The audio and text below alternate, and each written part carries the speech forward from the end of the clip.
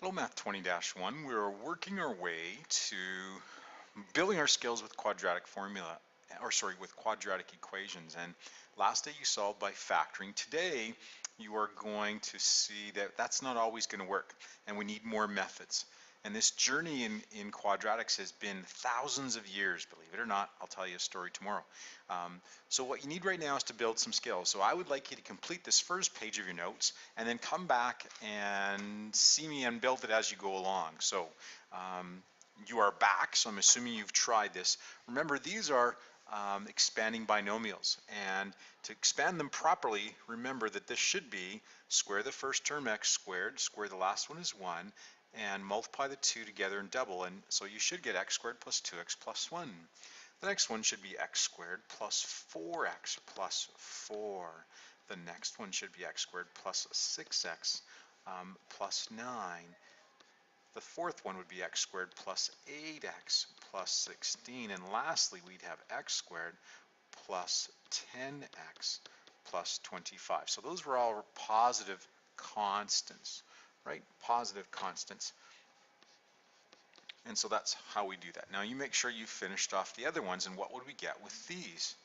Right? Well, we'd obviously get x squared minus 2x plus 1, x squared minus 4x plus 4, x squared minus 6x plus 9, and x squared minus 8x plus 16, and x squared minus 10x plus 25. Remember that we square the first, we multiply the two together and double it, so that's minus 10x, and then lastly we have the last one squared, right? So in general, when we have x plus a constant squared, what does it end up being? Well, it ends up being square the first term and we get x squared. Square the last one and we get constant squared. What do we get in the middle? Plus 2c. Whatever the constant is, it's double whatever it is, right? 2c, x's, right? And what do we notice in the first term of our trinomial? Well, we know that it's always 1x squared when we have ones like these where it's just an x. How is the constant in the bottom related to the middle term? Well, it's always 2 times the middle, the middle twice the constant is the middle coefficient, right? How is the constant in the binomial related to the last term? Well, if you look at the last term, how is the constant term in the binomial related to the last one? How do you get from 4 to 16? How do you get from there? And clearly, it's always, how do we get from the constant term to the last term? It's always squared. So how do you get from the constant in the binomial to the last term of the trinomial, right? So we're always comparing, just so we're clear, we're comparing this number to this number. How are we getting from this to this and this to this? Well, clearly, it's always squared, right? Now in this next one, you're supposed to fill in the blanks. And this is, we're building a skill. So determine the number that must be added to each trinomial. So try this and then come back and see if you're clear on what it means. So when you're pondering how to fill in these two blanks here, it's probably easier to realize this. It's probably easier to realize the connection that we saw up there, in that if the middle term here is 14, the only way that that happened is if this was 7. And if that's 7, then this number right here has to be 49. For this to be 20, then that's double what this number here would be. So that needs to be 10, which would make the trinomial constant 100. For this to be minus 16, that must mean that this must have been 8. And if that's 8, then this number here is 64. For this to be 24, the only way that could happen is if inside the binomial that was a minus 12, and that would be 144. For this to be 22, that must mean this must have been positive 11, making this 121. So now you're supposed to make some connections. Again, we're building towards something else. So in the next question, there really isn't any wrong or right answer, but the question is, how did you determine the number that was to be added to complete the square? So in other words, these numbers here, how did you find these numbers here, these blue ones? I'll make that blue. How did you find those? And the other question was, how can you determine the value of the constant in the binomial square? So we'll make these ones black. So how did you find these numbers here as you went along? Well, there's no right answer. If you just watched me do it, you'd notice that the way I did it was I actually looked at this one first. So I found these ones first. I found this 7 and 10 and 11. Now, how did I do that? I just took 14 divided by 7 because I knew that to get 14x, I had to have, I took 14 divided by 2, and I got that 7. I took that 20, and I divided by 2, and then I got 10. And I took negative 16 and divided that by 2, and I got the minus 8, and so on and so on. I took minus 24 and divided by 2, and that gave me that minus 12. So how do I find the constant of the binomial square? I just divide the middle term. So I took my middle of that trinomial, and I divided by 2 because I knew that's what it would be. And then what did I do to find the number to complete the square? Well, that wasn't so bad. What I did for the blue numbers was I took that number that I had in the binomial square, and obviously I just squared it. So basically, in the end, what I have for all those blue ones is the middle of the trinomial that I divided by 2, I then squared it, right? So in this case, 7 squared was 49, and 10 squared, and so on. So that's how I came up with those two rows of numbers, right? 14 divided by 2 gave me the 7 that I wanted, and then I had to square it to get the 49 that completes the trinomial. So remember, what we're doing is we're making perfect square trinomials, right? So hopefully we've built some skills. Now we're actually going to get down to business. It says determine, we do not want decimals. I don't want decimals. Determine the number that must be added to each trinomial to form a perfect square. So what's this number that makes it perfect? Well, if I had a perfect square, it would have to be x plus something squared. Now I know that the only way to get a 3x right there is that this must be 3 halves. Now this is a tricky one. That must be 3 halves, right? Now how do I know that? Because I'm using the rule I developed above. If I square this, I get x squared. If I multiply these two together, x times 3 halves x times 2, the 2's will cancel out, and I'll be left with x squared plus 3x, and all will be good. So in essence, I'm using the rule I developed above. The middle of the trinomial divided by 2 squared. So what's the n number then that makes it the perfect square? X squared plus 3x, and the last number is 9 over 4. Why? Because 3 halves squared is 9 over 4. So what's this number? I simply take minus 7 divided by 2, and I square it. That gives me 49 over 4. I take this middle number, 1 over 2, and I square it. So that means that that blank is going to be 1/4. And lastly, I don't really like minus 3 halves, so I'll say that that's minus 1.5. That's minus 3 halves. I need to take that and divide that by 2. If I'm going to divide it by 2, that's like multiplying by half, so there'll be another 2 underneath there, and then I'm supposed to square it. And so I'm going to get minus 3 over 4, and squared would be positive 9 over 16. So these would all be the numbers that would go into these spots right here. Okay? Now they aren't the nicest numbers, but they allow us to do this now. They allow us to actually factor the trinomials. So in the first one, how do you factor that? That's going to be x plus 3 halves squared. In the second one, that's going to be x minus 7 over 2 squared. In the third one, right, that's going to be x plus 1 half squared. And lastly, number 4, this would be x minus 3 over 4 squared. Okay, let's look and get started. Okay, so why were we doing this? Well, let's have a look. Given x squared minus 12x minus 7, how many answers could the equation have?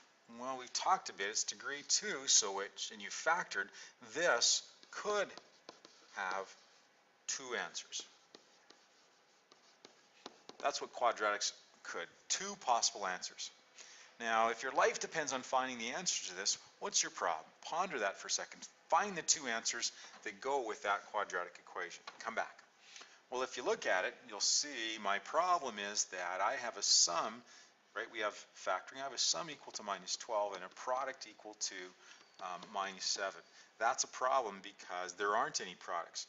The only product of 7 is 7 and 1, and one of them is negative. Nothing could possibly add up to get you there. So it does not factor. And so that might make you think that there aren't any answers, but there are.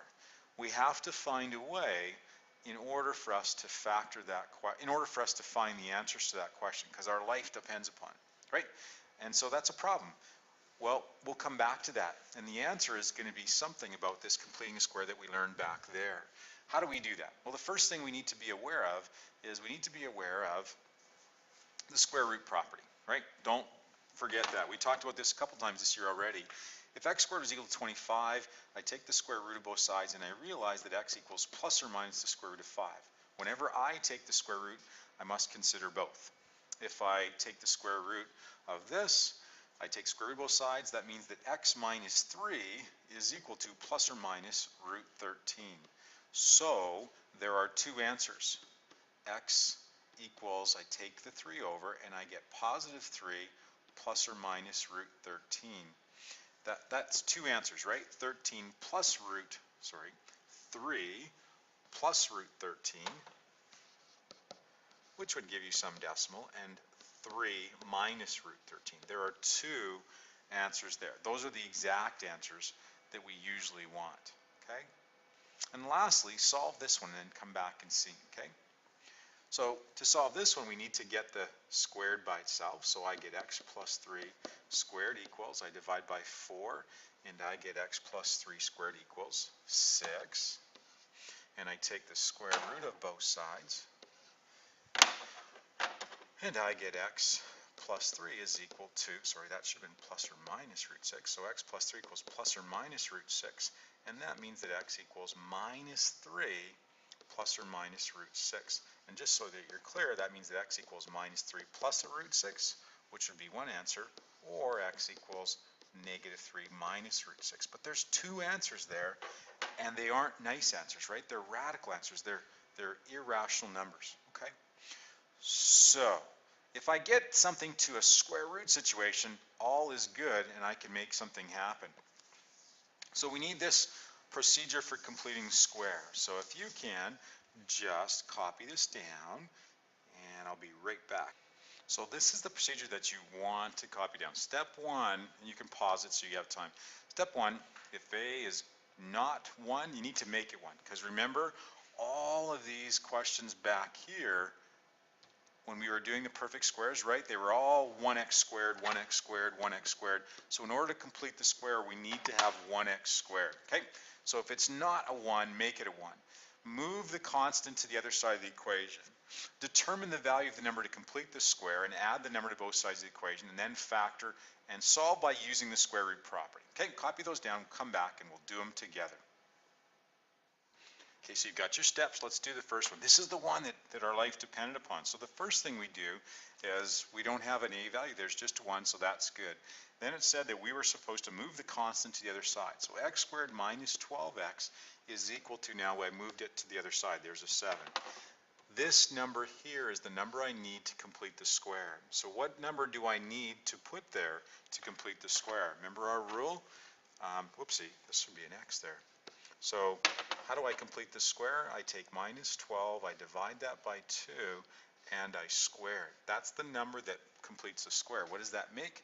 It makes a positive 36. Now I can't just add 36 to an equation, it'll unbalance it. So as long as I do it to both sides, all is good. And you might think that, well, what good did that do?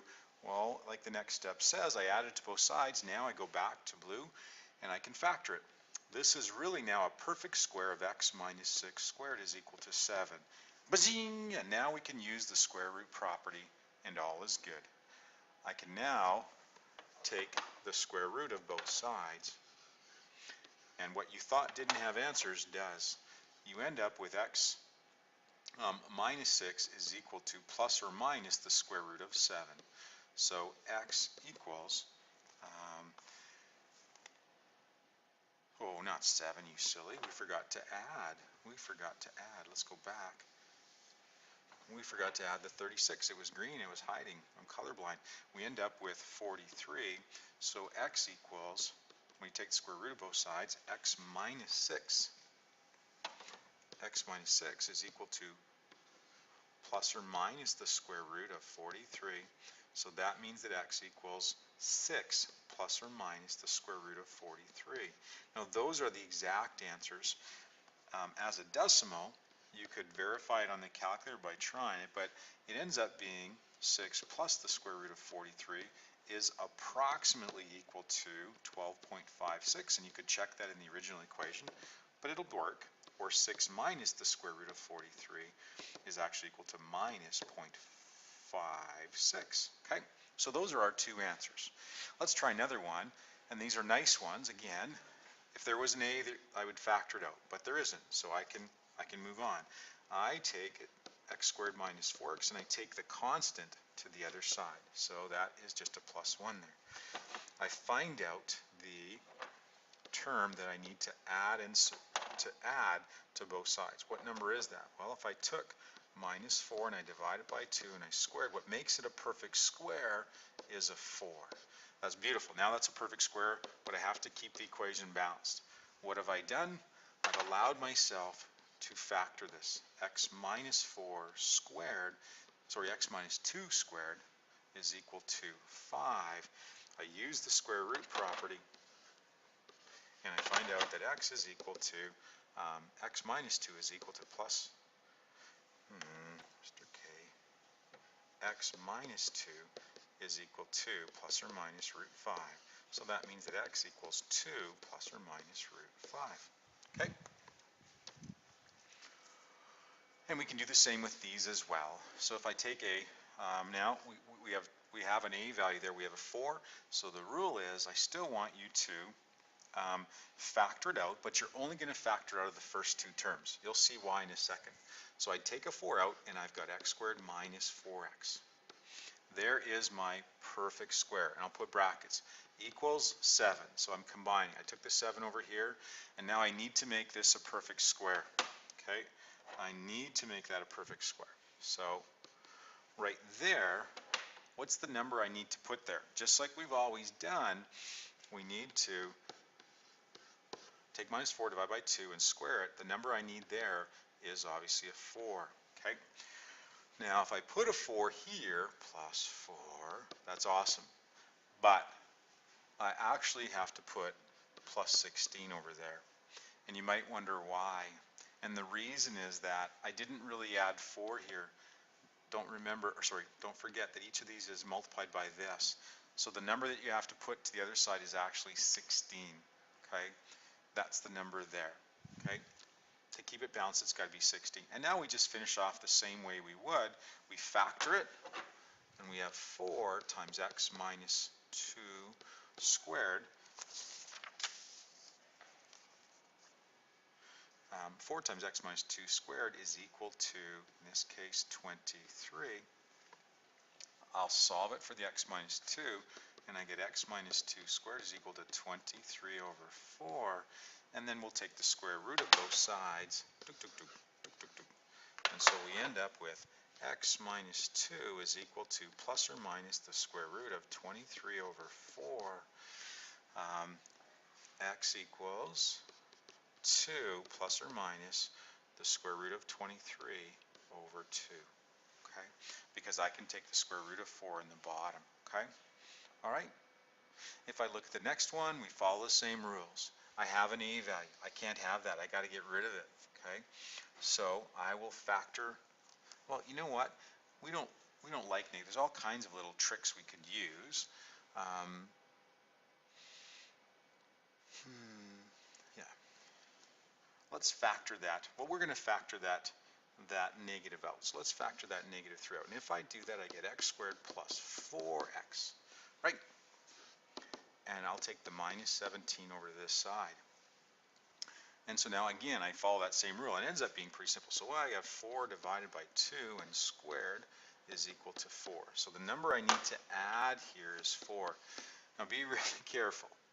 What number do you have to put here to balance this out? You have to put the same number you just put there. So you might think you put a 4 here. You did, but what you actually did was you have now put a minus 12 on this side.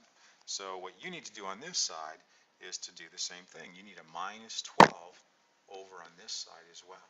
Okay. So when we do that, we now factor it. We've kept the equation balanced, and now we have minus 3 times x plus 2 squared is equal to minus 29. And again, we're back to the square root property, and off we go.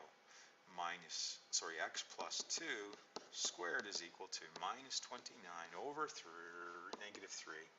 So x plus 2 equals plus or minus, the two negatives cancel out, the square root of 29 over 3. And that means that x equals minus 2 plus or minus the square root of 29 over 3. And those are the exact answers for that. Okay? Now the back of the book you might find, and I don't want to, right, but for Math 10 we talked about rationalizing denominator. The back of the book is probably not going to leave the answer like that, and it might bother you. And what they're going to do is this, minus 2 plus or minus the square root of 29 over 3. Technically, mathematically, we're not supposed to leave it. We're supposed to rationalize the denominator. We multiply the top and bottom by root 3. We talked about that in Math 10. So we end up with minus 2 plus or minus the square root of 87 over 3. Lastly, they like to have things under a common denominator. So if you think and you look at it, they might put minus 6, because if I multiply top and bottom by 3 here to create a common denominator, your answer that you'll see in the back is probably minus 6 plus or minus square root 87 over 3. I don't want you to fret this from here to here too much, but I do need you to be aware of it so that you can see how you can come up with the answers or check them. All right. When you have fractions, I want us to talk about this one in class tomorrow. I've done enough. I want you to make peace with that, and we'll talk about that fraction one, and you'll give me some ideas about how you want us to do that in class. One of the options would be for you to multiply it all by, maybe I just multiply it all by negative 3. You might say, well, why would I do that? Well, if I did that, if I multiplied it all by negative 3, now I have a pretty easy question, because if I put a negative 3 to each of these, boom, it blows up the part that really bothers me. And the part that really bothers me, and probably you, is this minus 1/3. And minus 1/3 times minus 3 ends up being just x squared, and a positive 3x, and a minus 12. And now you can do your completing the square with that, and you don't have to worry about fractions, okay? So that's one trick you could use. And lastly, what if we had an application? Well, if we had an application then we'll work on that in class tomorrow. Okay.